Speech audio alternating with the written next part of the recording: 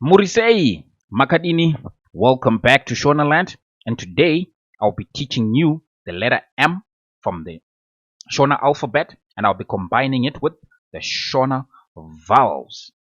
As a recap, the Shona alphabet consists of consonants and vowels are the ones that determine how you pronounce the different Shona words. And this is how you pronounce the vowels, the Shona vowels. So we've got A, E, I, O, U. So today, combining letter M with the Shona vowels, this is how you pronounce it. So when you combine letter M with the vowel A, it's ma, ma, ma. When you combine it with vowel A, it's me, me, me.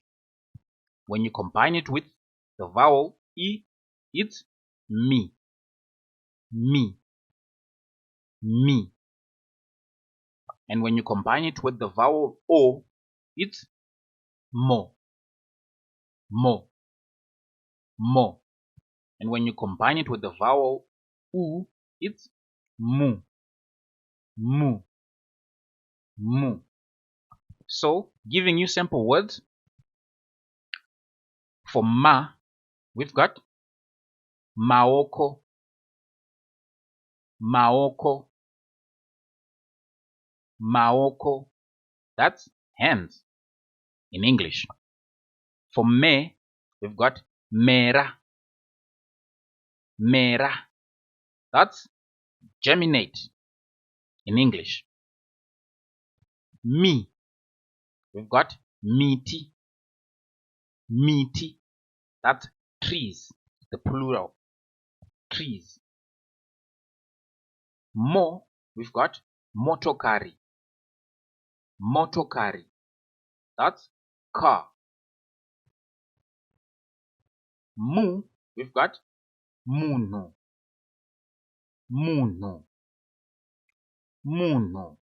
That's human in English. So, ma, me, mi, mo, mu.